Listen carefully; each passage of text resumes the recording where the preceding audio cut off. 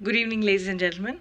I'd like to welcome you all for this evening lecture, the Nawab Arastu Jung Bahadur Memorial Lecture. And to introduce or to welcome everybody to this gathering is Somshila Murthy. She is the head of cornea and cornea services at Car Campus, and she's one of our FACO cowgirls, and an apt person to give the introduction here today. Thank you very much, Merle. Good evening. As all of you know, Dr. Merle Fernandez is the director of this campus here. It's really a privilege for me to welcome everybody to this evening. We're really looking forward to the oration that's coming up. But it's indeed my privilege to welcome the distinguished guests from the family of Nawab Arastu Jung Bahadur, particularly Dr. Sajid Ali, Sunita, and friends. And it's also my distinct pleasure to welcome all our long-standing friends, esteemed colleagues, Pratibha Garu, of course, and everybody who has come here for this evening. And of course, I'm very, very excited to have Dr. Prema Padmanabhan. As I told you, we're all fans of yours, and we're really, really looking forward to this evening's oration from you. And just to bring in, I'm sure that my subsequent colleagues will also talk about it, but just a brief about our person of honor is Dr. Abdul Hussain, who was conferred the title of Nawab Arastu Jung Bahadur, and he was the personal physician of the sixth Nawab, which is Mir Mehboob Ali.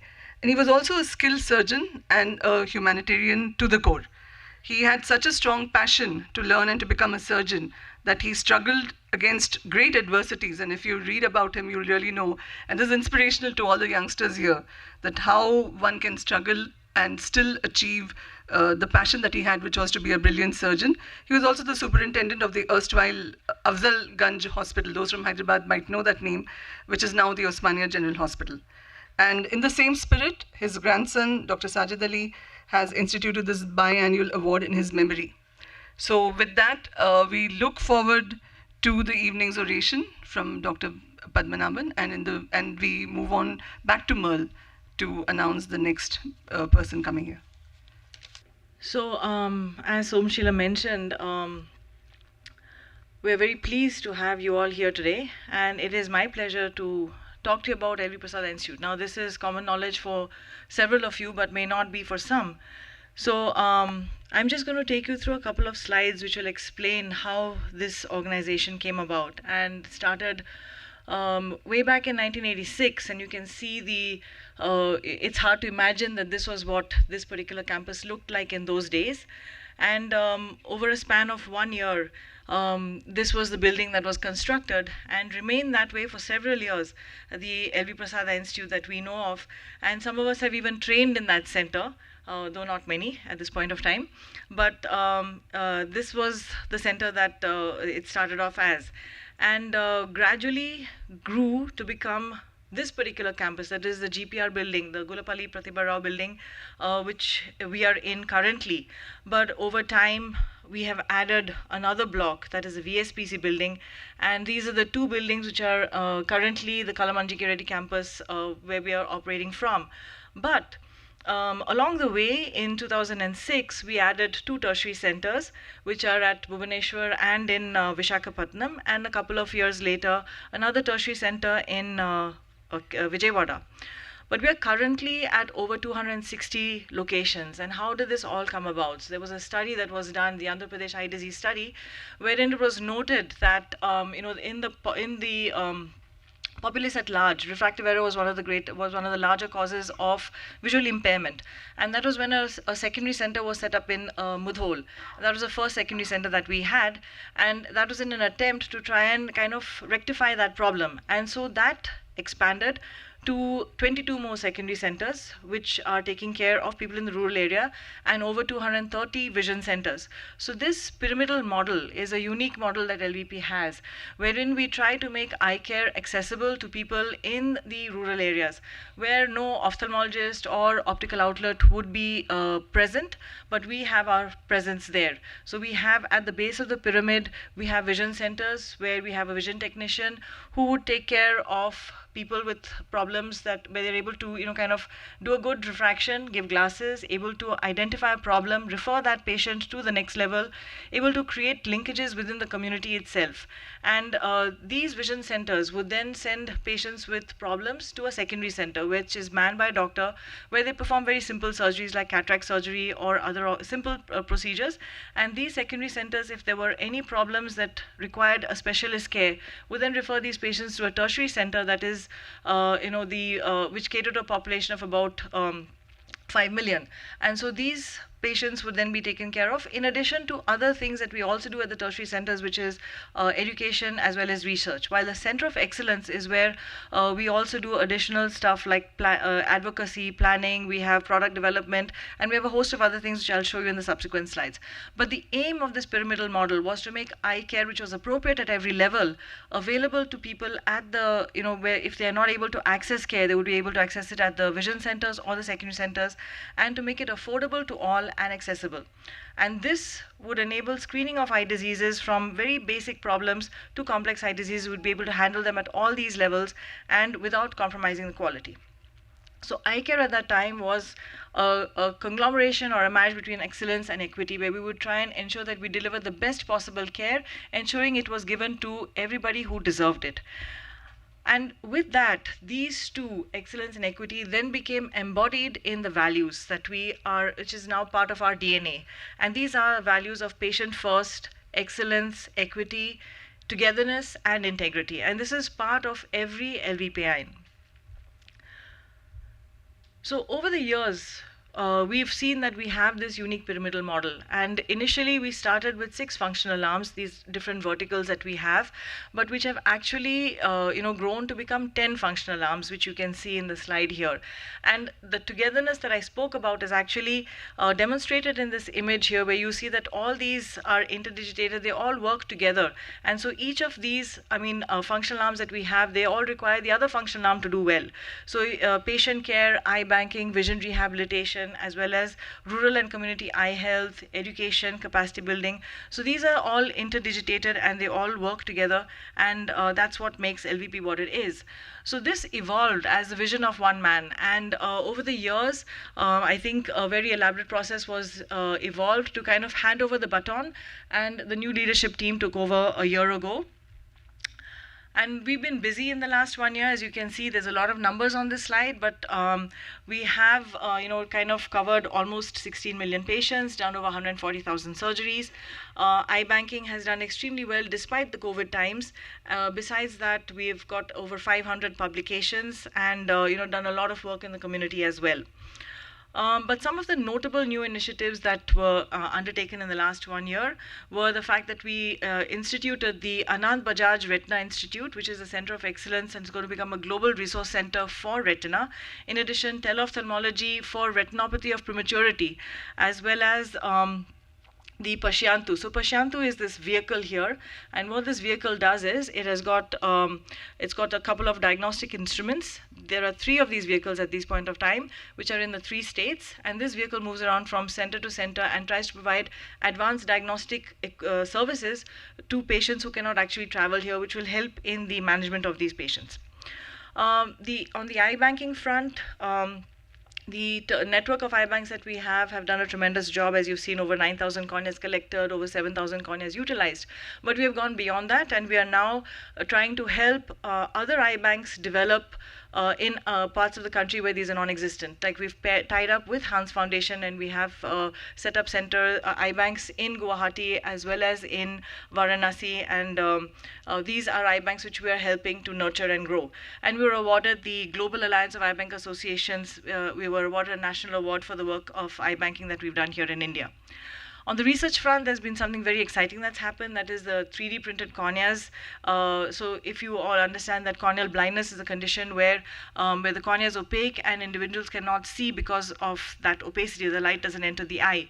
But the problem that we have is that we have a lot of corneal blindness and the supply does not meet the demand. So we don't have enough corneas to take care of the corneally blind individuals. So this is where our research team, headed by Sayan Basu, have actually developed a 3D printed cornea, which has been tested in animal model and appears to be very, very promising and will help us with this problem. Besides that, we have set up a biorepository for tissues, which is one of a kind in the country for ophthalmology. And we're very happy to state that the Stanford University has actually shown that 2% of our of the world scientists, of which 6 are from LVP, besides 12 LVPI faculty being a part of top eye researchers in India. Education has always been on the forefront with several new initiatives, and I'm going to mention only a few of them. Basically, one of the newest initiatives that we have set up is this MTech in ophthalmic engineering. And there's no branch of this kind that existed. And this is where ophthalmology is going to join up with engineering to create an MTech, a master's in ophthalmic engineering. And we also have a new program with the Geethams University for a bachelor's in optometry. But what keeps us sticking, what makes us wake up every morning? It's the look of wonderment on this lady's face. And you realize that this tribal lady, she had poor vision, she had refractive error. And this simple pair of glasses that was given to her has enabled her to clean the stones from the rice. And that is the look that you can appreciate on her face, as well as the smiles on these two gentlemen. And this is the kind of work that LVP does every day, day in and day out, right at the grassroots level. And this is what makes us wake up every morning and come to work. Thank you very much. So I'd like to call Praveen. He's the network director and heads the Cornea Institute of Excellence across the network, to introduce Dr. Prema Padmanabhan. Praveen. Well, thanks, Merle, for that overview about what we've been doing in the last year. Ladies and gentlemen, I think it is my distinct honor to introduce to you the speaker for today evening. It also is interesting that the person that we're going to listen to right now is somebody that I first heard approximately 15 years ago. I was speaking to Dr. Padmanabhan, and this was at a meeting that we had in Visakhapatnam. Merle will remember this well, a cornea update meeting, where I thought I knew a lot about refractive surgery. And then Dr. Padmanabhan got up and she spoke about ocular aberrations in refractive surgery, a topic that means about the imperfections in the eye, and a topic which is very difficult, and I think only maybe 3 or 4 people in India actually really understand what aberrations mean. And I learned a lot that day. And then the next session, she spoke about infections. And then the next session, she spoke about endothelial keratoplasty. And every session, I learned something.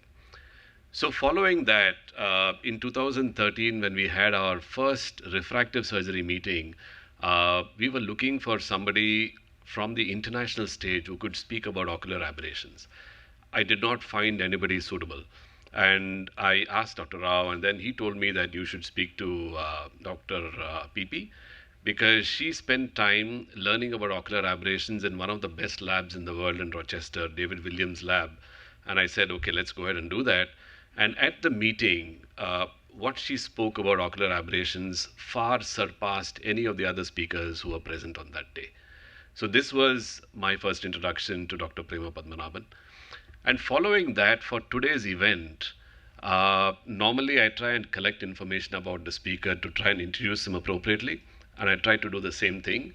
But I was telling her a little earlier that she probably is the most difficult person that I have to introduce, because I could not find anything on the internet that I can say about her other than her work.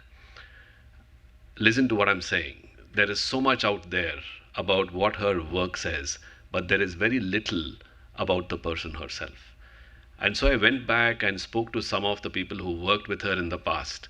And there is a lot of data about numbers, but I think it probably would be injustice to just quote numbers, because the impact of that is far more than what the numbers say. Well, some of the people who used to work with her in the past said that she was also called platinum posterior capsule, platinum PC, because she apparently never has had a complication in cataract surgery as long as that person saw. This is from Dr. SKR. And another person who also trained with her, Dr. Basti, apparently called her perfection personified. So you can see where the fan club in LVP, as well as among the people who came from Shankar Netrayal and LVP, how it actually developed and how it exists. So I think the title of her talk also is very apt because, without exception, everybody who I spoke to said, small person, big impact. And so that is something very similar to what she's going to be speaking about today. So, Dr. Prema Padmanabhan, welcome to LVP and welcome to the lecture today. Thank you. So I'll request Dr. Sajid Ali to say a few words about Nawab Arastu Young Jarbat. Okay. My name is Sajid Ali, and I'm the grandson of Nawab Arastu Bahadur. His given name was Abdul Hussain, and he was given the title of Nawab Arastu Bahadur by the 6th Nizam, Mir Mehboob Ali Khan, who he continued to offer his services as his personal physician until he died. And my grandfather continued to be the personal physician and surgeon to the 6th Nizam, or 7th Nizam, Usman Ali Khan. Now, coming to how the Nawab Arastu Memorial Endowment Lecture has been established here, it was my father's desire to establish 2 scholarships, one in the name of his father, Dr. Zahid Ali, in classical Arabic literature at Jamia Millia Islamia University in New Delhi, and another one in ophthalmology at Aligarh Muslim University. My father was in the process of establishing these scholarships. In the meantime, he had passed away, and I carried the torch along. I was met with several hurdles. I could not succeed in establishing those scholarships and memorial lectures.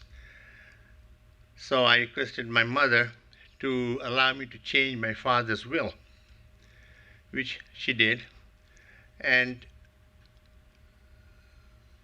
I established the endowment lecture at LVPEI Eye Institute in ophthalmology in my grandfather's name, and the classical Arabic literature scholarship at Usmania University. The reason why, even though Nawab Arastu was a general physician and surgeon, he had a special interest in ophthalmology, and that is one of the reasons why this endowment lecture was established here in ophthalmology. I would like to share one interesting incident from his lifetime. There are many. There was a Nawab by the name of Musallam Jung Bahadur. He was the one who had built the Musallam Jung bridge over Musi River. He was a very wealthy man who had developed cataract. And he requested my grandfather to perform the surgery, and my grandfather asked him for a 1,000 rupee fee. He said, well, that's too exorbitant. I'd rather go to England and get the surgery done. Requested an English surgeon, Dr. Lorry, to escort him to London, spent several months and several lakhs to get the surgery done. When they both came back to Hyderabad, Dr. Lorry told Musallam Jung, if I would have developed cataract in London, I would have come to Hyderabad to get the surgery done by Nawab Arastu Bahadur. That was how good he was with what he did in those days. Now,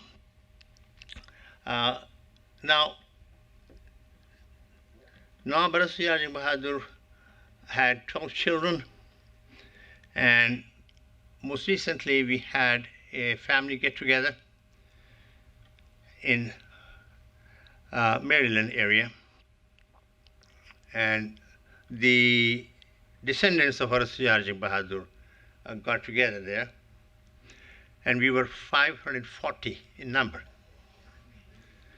out of this one man. And out of those descendants of his, there were a total of 1,397. Now, quite a few of them are not alive anymore, but the number of physicians that came out of this one man were 170. So just to give you an idea that the emphasis by him and his family members were on education, and serving the community. And that's where we are right now. And we can now hear Dr. Padmanabhan to give her discourse.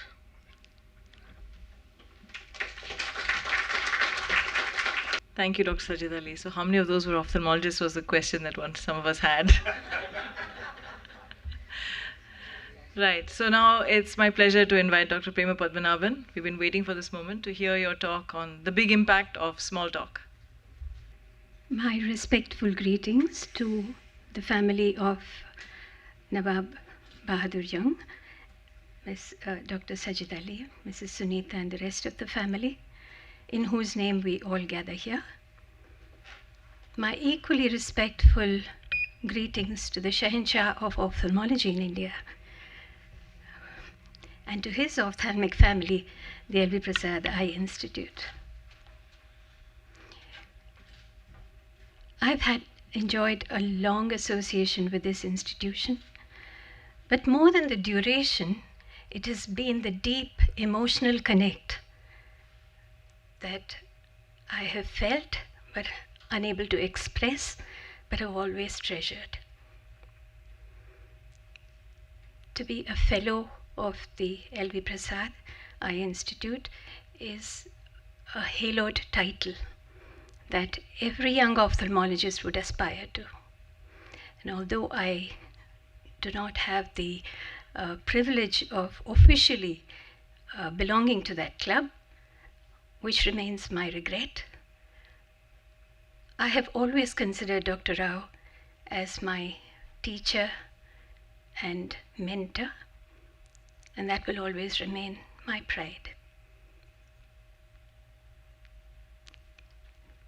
Praveen, I'd like to meet the person that you introduced, because that was not me.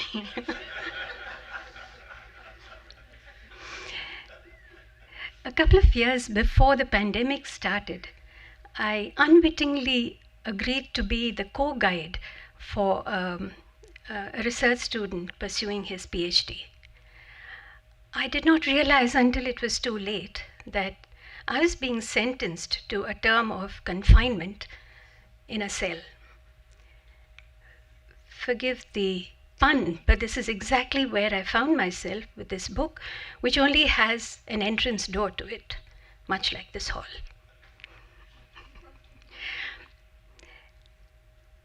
But as I meandered through the pages, I began to understand what a patient means when he says, "Doctor, the world looks so different with my new lenses." And for that experience, I will remain grateful to my two captors. They not only gave me new lenses, they taught me a new language. And for that, I will remain grateful to them. Through the window of biology, a cell is actually an architectural marvel. It's a busy metropolis, as someone once described it. And what I would otherwise have dismissed as just a plasma membrane or a basement membrane is actually a hub of relentless activity. And if you eavesdrop, you will hear a cacophony of messages being received and sent, instructions dispatched, requests made, even politely worded invitations to die peacefully. There are broadly 4 or 5 modes of communication. The endocrine system is much like a public broadcasting system where signals are sent throughout the body by way of hormones. The paracrine system is a little less public, more like a WhatsApp group, where signaling molecules act as local mediators, like you would find in a site of inflammation or something. The autocrine system, which sounds like the paracrine, is like a post-it message that a cell would pin on itself. A synaptic system is like a telephone call that is made to a specific target. But probably the most important in the context of cornea is the contact-dependent or the direct communication of one cell with another. It's ironic, isn't it, that the cells still do something that we claim we have no time for. Cells are brilliant communicators. They speak to each other. There is a constant bidirectional interaction with the extracellular matrix. They even speak to themselves meaningfully. And they're very alert to anything that enters the cell, be it a drug or a bug, and position themselves and modify their response accordingly. To give you a small example of how this happens, we all see epithelial defects every day in our clinics. And we know that if the limbus is healthy and if it is adequately bathed with tears, this epithelial defect is going to heal in a couple of days. What we don't see is the flurry of activity that's happening behind the scenes to make this happen. The epithelial cells are pouring in factors which influence the stroma. The stroma responds by secreting factors which help the epithelium to grow back. And with the tear film and the corneal nerves to join the party, it is a shining example of what a collective participation can do. And I can tell you, roads in Chennai don't get repaired quite so fast. The ultimate result of this cooperative effort could take one of several paths. It could completely regenerate and restore normalcy and transparency. It could heal but leave behind a scar. Or if the environmental inimical factors overwhelm it, then the cornea could melt and with necrosis. Now, if we understood the language they speak, then we could intercept this and steer the process in the direction that we want. So what is the language they speak, and how do they sense what is happening around them? Cells get multiple cues from its surroundings. There are biophysical cues, there are topographic cues, there are biochemical cues. If you think of it, the cornea is the weight-bearing tissue of the eye. So it's constantly under so many various forms of stress. Even the blinking of an eyelid, you put a contact lens, you rub your eye, we do surgeries, the intraocular pressure from within. So there are multiple types of forces acting on the cornea. This is an outside-in process known as mechanosensing. And what does it do with these cues? These extracellular cues are converted to intracellular biochemical signals which alter cell behavior, and that has multiple implications. And, this is an inside-out phenomenon known as mechanotransduction, and this has an impact on almost every aspect of our survival. So let us trace the footsteps of mechanotransduction through the layers of the cornea and see how it applies to different clinical scenarios and what we can do to exploit it to our advantage. This institute has made tremendous contributions to our understanding of the limbal stem cell niche. We know that cells in this niche are proliferative in nature, and as they differentiate and migrate towards the central cornea, where they undergo maturation and stratification before they are shed off from the ocular surface. So we know that this is a very specialized compartment with its own specific structure, cell composition, and gene profile. The biophysical, biochemical, biomolecular environment is unique and different from the center of the cornea.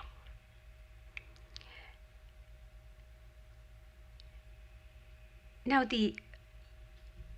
nature has made it that the limbal area where the stem cell niche is softer than the center. The yes associated protein, or the YAP, along with its coactivator, the TAS, they are potent mechanosensors. When they sense a stiff substrate, the YAP-TAS pathway gets activated, and it results in the cells overlying it to be differentiative in nature, as evidenced by the cell markers that are expressed. On the other hand, if they sense a soft substrate, the YAP remains in the cytosol, gets degraded there, and sorry, what happened? And what remains, it subserves the epithelium, which is proliferative in nature. So this was exploited in this interesting experiment where a formulation of collagenase was used to soften the substrate. Thank you. Not only in vitro on collagen gel, but also ex vivo in cadaveric human cornea and in vivo in a rabbit model. And what the authors consistently showed was that the softer substrate, the epithelium overlying the softer substrate, was proliferative in nature and retained its stemness and expressed the proliferative markers. So this ability to manipulate the phenotype of an epithelial cell by just changing the physical characteristics of the substrate, you can imagine, has immense potential. At the risk of sounding oversimplistic, it could mean that we could actually recreate a limbus, at least a limbus-like environment for the epithelial cells. We could allow the cells overlying any part of the cornea to become more proliferative. We could restore the compliance of the substrate in the limbus in case it got stiffened by a chemical injury, for instance. So the potential applications of this are interesting by the sheer fact that the cells were able to sense this alternate physical characteristic.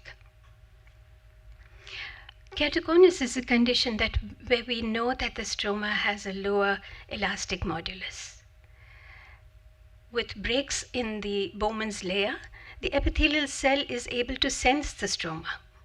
So the crosstalk between the epithelium and stroma now gets amplified, making it a good model to study mechanotransduction, which is what my colleagues did on a bunch of corneal epithelium taken from keratoconus.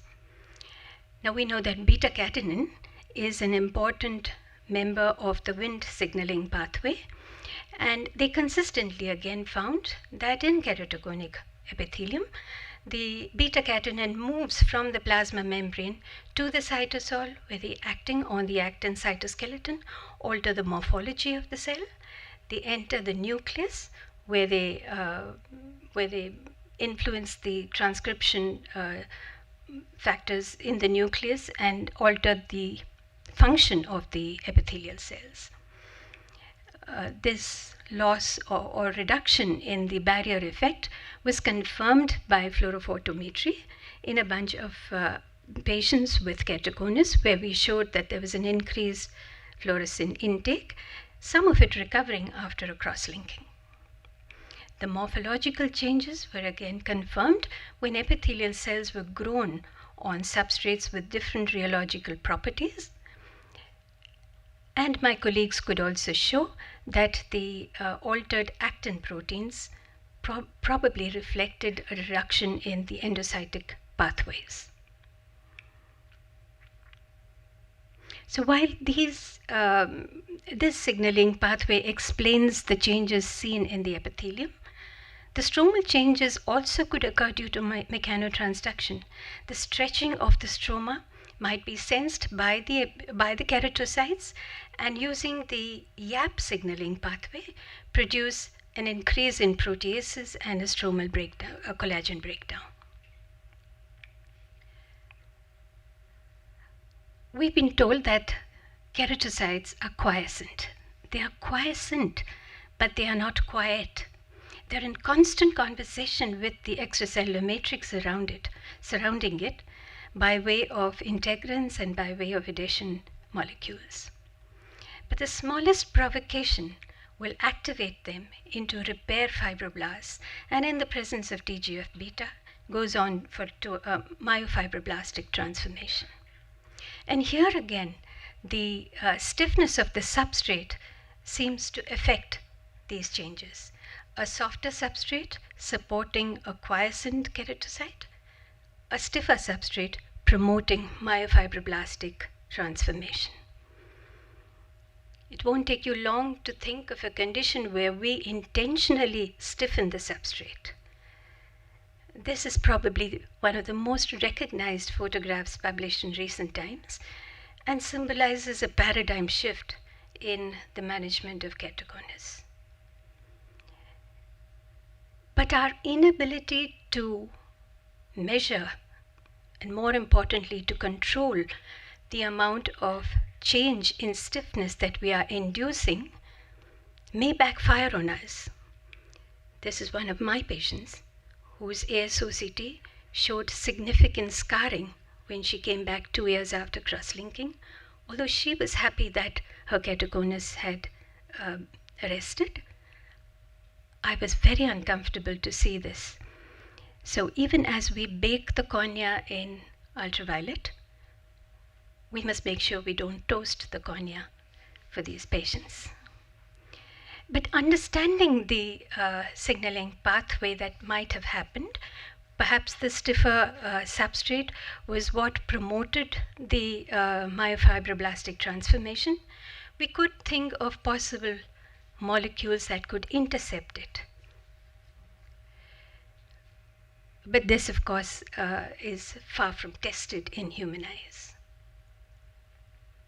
Gravitating now to the last layer of the cornea, we know that the endothelial cells secrete extracellular matrix, and the biophysical cues from the extracellular matrix influence the behavior of the endothelial cells.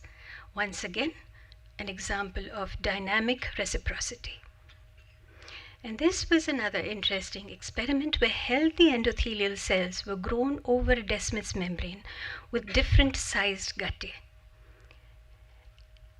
And the authors demonstrated that there was serially a change in the morphology and function of the endothelial cells that grew over it. The size of the guttae influencing the amount of change, resulting in, with the large guttae, even in an endothelial mesenchymal transition. And a murine model of early onset fuchs also demonstrated that when the cell composition and consistency of the Descemet's membrane was changed, it led to a softening of the extracellular matrix, and these changes were noted even before endothelial morphological changes happened. Just as much as a healthy ECM is required for healthy endothelial cells, the converse is also true.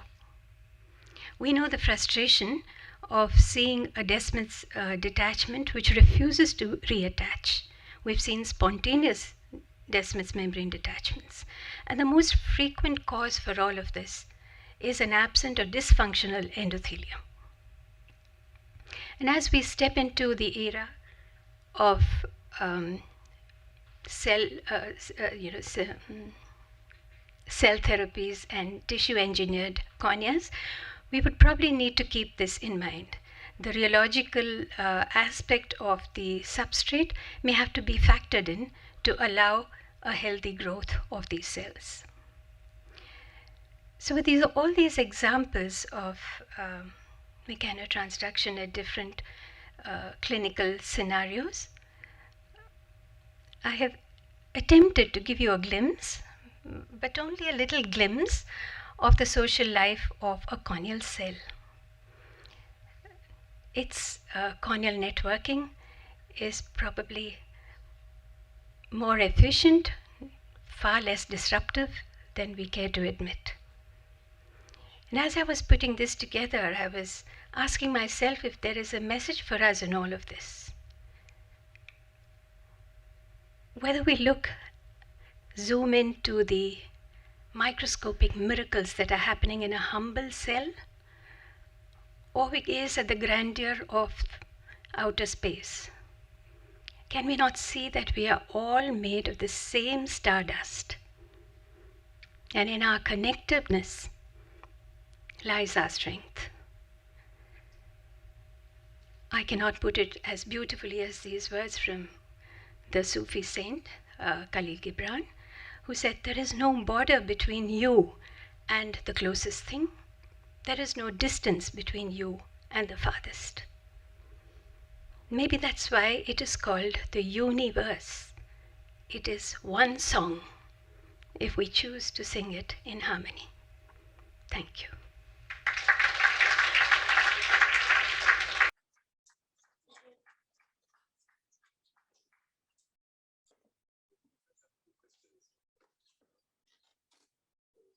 Thank you very much, Nawab. If you have any questions or would like to add to the beautiful song that was started by Dr. PP, and any questions so far? Not only from here, but we also have several of our other campuses connected and several members attending online as well. So we'll take questions from.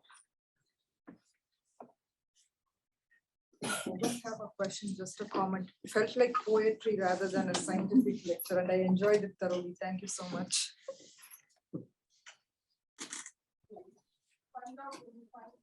So when you see today's social media connectedness, do you feel that is a harmony, disharmony? And how you relate it with the functions of the cell that you described?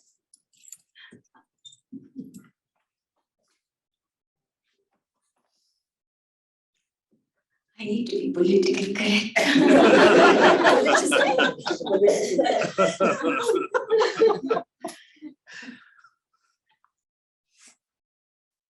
I think it's a wonderful subject for debate, but I think like everything else, so much depends on how we use it.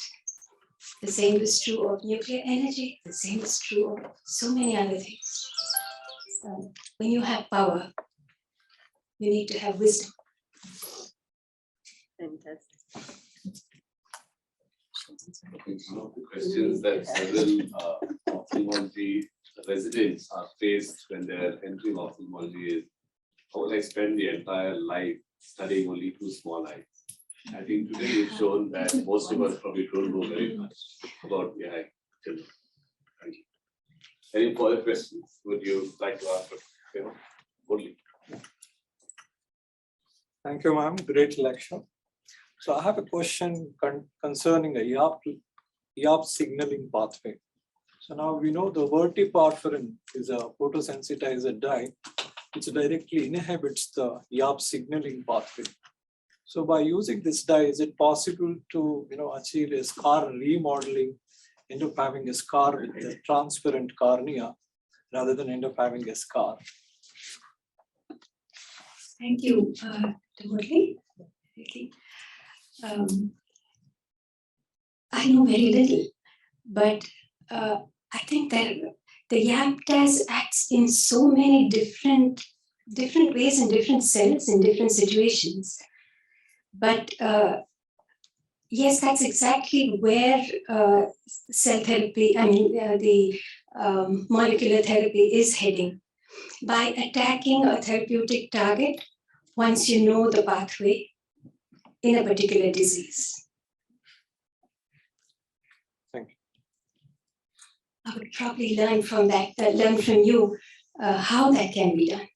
Now, the reason, one of the basis for asking this question, now FDA has approved verteporfin for skin, for particularly keloids and for dermatology, cosmetic surgeries.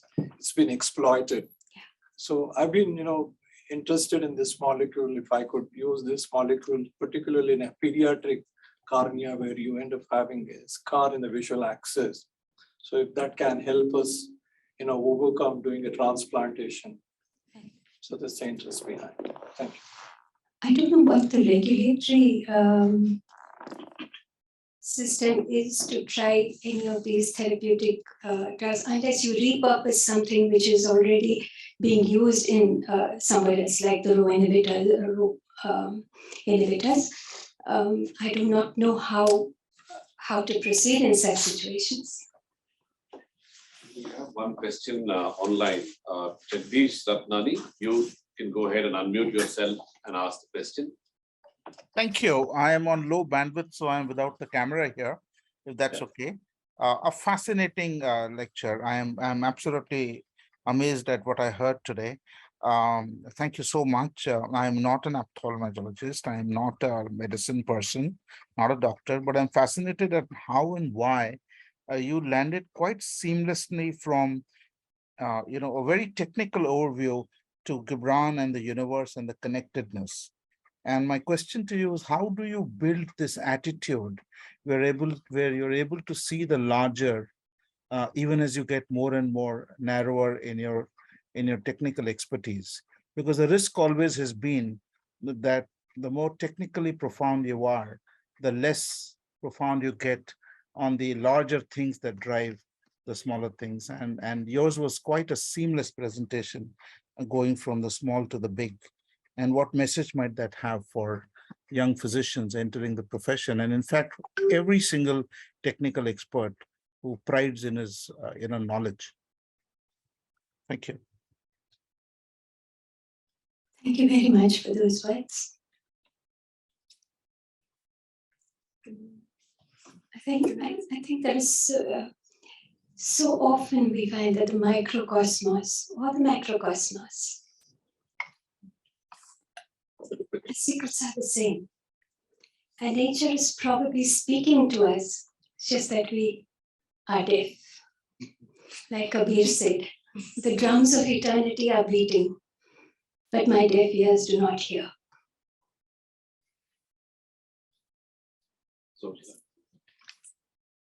I'm just so fascinated by your lecture and the way, exactly as Jagdish said, that you connected the dots. So when you were talking about it, I was thinking, of course, of ophthalmology and what we do and refractive surgery. So way back when we were residents, and when I was a resident at least, so we used very minimum diagnostics to make the patient suitable or not suitable for refractive surgery. Then we had topography, then we had tomography, and it just went on and on and on. And so now we have mapping where we have displays, we have indices. So for others, it's just that when a patient comes in for refractive surgery, we have a lot of gadgets to help us figure out whether the patient is suitable or not. And over the years, we have more and more of these. But my specific question is, and since you have done a lot of work and your thought process is so clear about the corneal biomechanics in terms of keratoconus. But so now that you have evolved through all of that, how much importance do you pay to the tools that tell you about the biomechanics before you take a patient in? So specifically, if you have a map which shows you that on the map it says that the biomechanics is poor, but we didn't have it earlier. So how much attention do you pay to it?